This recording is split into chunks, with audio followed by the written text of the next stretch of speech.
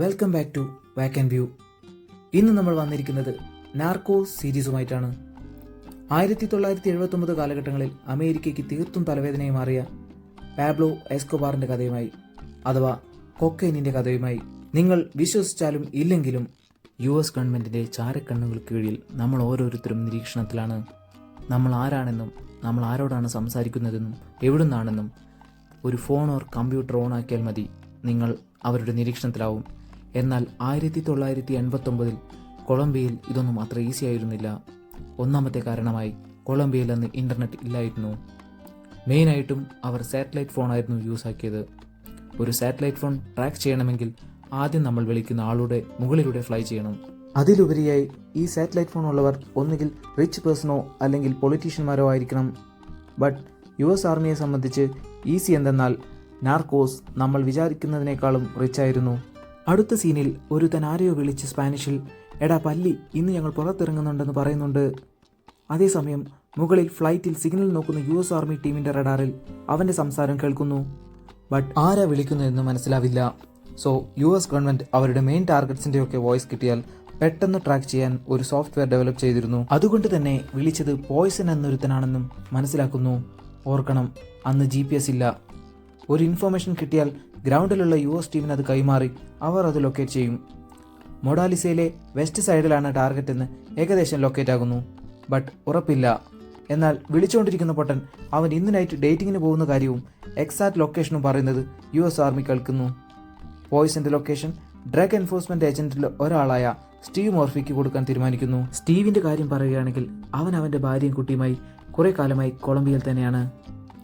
DEAക്ക് foreign കൺട്രീസിൽ പ്രവർത്തിക്കാൻ പറ്റാത്തതിനാൽ സ്റ്റീവ് കൊളംബിയൻ പോലീസിലെ സെർച്ച് ബ്ലോക്ക് ലീഡറായ കേണൽ കരീലോയ്ക്ക് ഇൻഫർമേഷൻ പാസ് ചെയ്യുന്നു.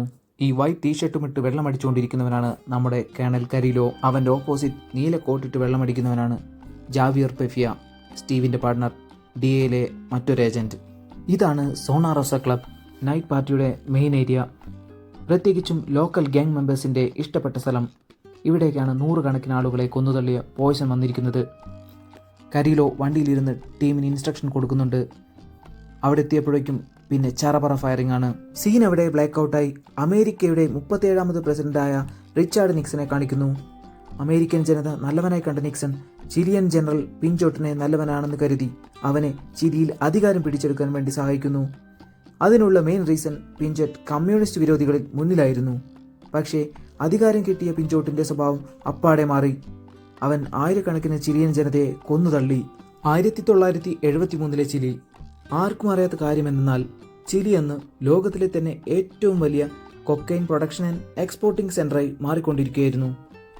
ചിലിയിലാണെങ്കിൽ അവരുടെ കൊക്കൈൻ ലാബുകൾ പ്രവർത്തിക്കാനായി വലിയ മരുഭൂമികളും പോലീസ് പെട്രോളിംഗ് ഇല്ലാത്ത മൈൽ കണക്കെയുള്ള കടൽ തീരങ്ങളും കൊക്കൈൻ കടത്താൻ അവർക്ക് സഹായകമായി. പക്ഷേ പിഞ്ചോട്ട് ഇത്തരത്തിലുള്ള 33 ലാബുകളും 346 ഡ്രഗ് ഡീലേഴ്സിനെയും മിന്നൽ ഓപ്പറേഷനിലൂടെ പിടിക്കുകയും അവിടെ വെച്ച് തന്നെ നിരത്തി നിർത്തി വെടിവെച്ചു കൊന്നു. ന്യൂക്ലിയർ ബോംബിട്ടാലും ഒരു കൂറയെങ്കിലും രക്ഷപ്പെടുമെന്ന് പറയുന്നത് പോലെ നന്നായിട്ട് അഭിനയിച്ച് രക്ഷപ്പെട്ടു പോകുന്ന ഈ കഷന്റെ അമ്മാവനെ നമുക്ക് കോക്രോച്ച് എന്ന് വിളിക്കാം. എല്ലാം കൊണ്ടും ശരിക്കും ലോട്ടറി അടിച്ചത് കോക്രോച്ചിനായിരുന്നു. കൊക്കൈൻ സാമ്രാജ്യത്തിൽ ആകെ ബാക്കിയായതും കൊക്കൈൻ ഫോർമുല അറിയാവുന്നതും ബോസിനെ പറ്റിച്ച് കാലങ്ങളായി കൈക്കലാക്കിയ കൊക്കൈൻ താൻ പറയുന്ന വില കിട്ടുമെന്നതിനാലും കോക്രോച്ചിന്റെ തലവര തന്നെ മാറ്റി.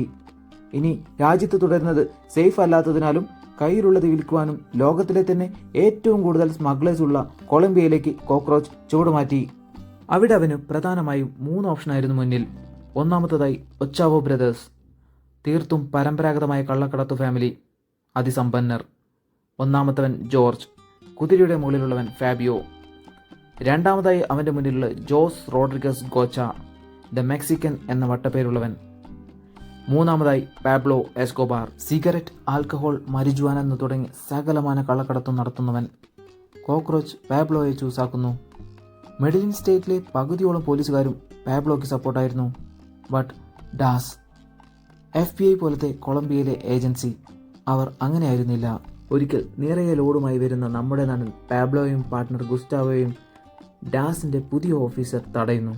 എന്നാൽ അവർ ഓരോരുത്തരുടെയും പേരും വീട്ടഡ്രസ്സും കുടുംബത്തിലെ ഓരോ ആളെ പറ്റിയും കൃത്യമായി പറയുകയും അവർക്കൊക്കെ വലിയ വലിയ ഓഫറും വെച്ചുകൊണ്ട് ഞാൻ ആരാണെന്നറിയുന്നൊരു ചോദ്യമുണ്ട്.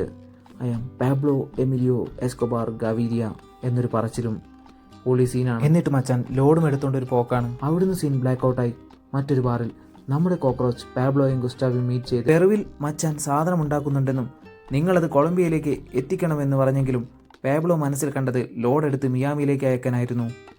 അങ്ങനെ അവർ ലാബ് കാണാനായി പോകുന്നു. ഒരു ഷെഡിൽ പ്രവർത്തിക്കുന്ന ചെറിയൊരു ലാബ്. കോക്രോച്ച് കൊക്കൈൻ പ്രോസസ്സിംഗ് സ്റ്റെപ്സൊക്കെ വിവരിച്ചു കൊടുക്കുന്നുണ്ട്. അങ്ങനെ ഗുസ്റ്റാവോ 1 കിലോ എടുക്കാമെന്ന് പറഞ്ഞെങ്കിലും പാബ്ലോ അത് ഒറ്റയടിക്ക് 5 ആക്കാൻ പറയുന്നു. ബട്ട് കോക്രോച്ചിന് പേടിയായിരുന്നു എങ്ങനെ ബോർഡർ കടത്തുമെന്ന്.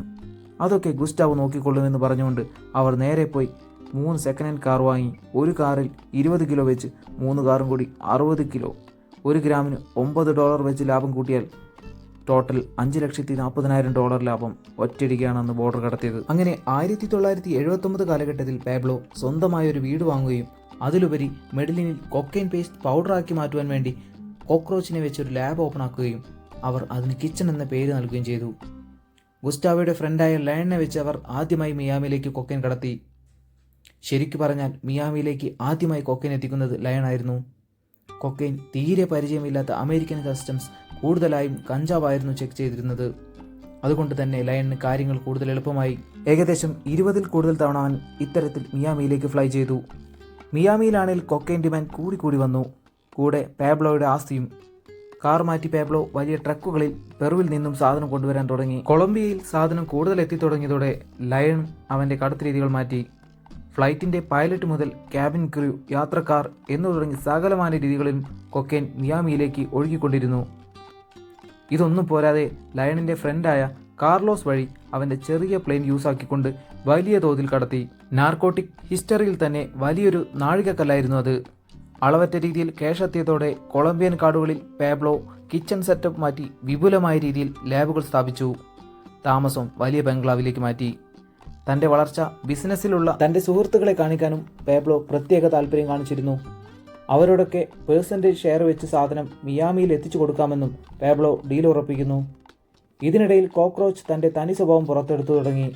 തനിക്ക് വലിയ രീതിയിൽ ലാഭം കിട്ടുന്നില്ലെന്നും പണം പോരാ എന്നും ഗുസ്റ്റാവോയോട് പലതവണ പറഞ്ഞു നോക്കിയെങ്കിലും മാറ്റമൊന്നും ഉണ്ടാവാത്തതിനാൽ കോക്രോച്ച് മറ്റൊരു ഡീലർ വഴി അമേരിക്കയിലേക്ക് കൊക്കൈൻ അയക്കുകയും തൻ്റെ അടുത്തു നിന്നും പാബ്ലോ വാങ്ങിയ 350 കിലോയിലധികം വരുന്ന ലോഡ് DASന് ഒറ്റിക്കൊടുക്കുകയും ചെയ്തു. ലോഡ് പിടിച്ചതറിഞ്ഞ് പോലീസ് സ്റ്റേഷനിലെത്തി അലമ്പുണ്ടാക്കിയ പാബ്ലോയെ അറസ്റ്റ് ചെയ്ത് വിട്ടയക്കുന്നു. അങ്ങനെ വെറുതെ വിട്ടതായിരുന്നില്ല. പാബ്ലോ അവർക്ക് മുന്നിൽ സ്വപ്നതുല്യമായ ഓഫർ മുന്നിൽ വെക്കുകയും ഒറ്റിയവൻ്റെ പേര് മനസ്സിലാക്കി കോക്രോച്ചിനെയും അവൻ്റെ ടീമിനെയും പോയിന്റ് ബ്ലാങ്കിൽ തീർക്കുന്നു. ഇതേ സമയം അമേരിക്കയിൽ സ്ഥിതിഗതികൾ വഷളായിരുന്നു. തെരുവുകളിൽ കൊക്കൈൻ ഒഴുകിയിറങ്ങി. ക്രൈം റേറ്റ് കുത്തനെ കൂടി. അവസാനം ഡ്രഗ് ഫൈറ്റിൽ തീരുന്നവരുടെ ബോർഡ് വെക്കാൻ സ്ഥലമില്ലാതെ DAക്ക് പ്രൈവറ്റ് കമ്പനിയിൽ നിന്നും വരെ റെഫ്രിജറേറ്റർ വാടകയ്ക്കെടുക്കേണ്ടി വന്നു. ഇത്തരത്തിൽ 1979 മുതൽ 84 കാലഘട്ടത്തിനുള്ളിൽ ഏകദേശം 3245 കൊലപാതകങ്ങൾ മിയാമിൽ നടന്നു. മില്യൺ കണക്കിന് അമേരിക്കൻ ഡോളർ USA-ൽ നിന്നും കൊളംബിയയിലേക്ക് പോകുന്നത് US ഗവൺമെന്റിന് നോക്കി നിൽക്കാൻ കഴിയില്ലായിരുന്നു. അതവരുടെ സമ്പദ് വ്യവസ്ഥയെ തന്നെ ബാധിക്കുമെന്ന അവസ്ഥ വന്നപ്പോൾ അമേരിക്ക ആക്ഷൻ എടുത്തു തുടങ്ങി. അങ്ങനെ കൊളംബിയയിൽ നിന്നും USA-യിലേക്കുള്ള കള്ളക്കടത്ത് തീർത്തും നിർത്തലാക്കുന്നതിൻ്റെ ഭാഗമായി DEA ഏജന്റ് ഗുസ്റ്റാവോ കൊളംബിയയിലെത്തുന്നു. കൂടെ അവൻ്റെ ഭാര്യയും.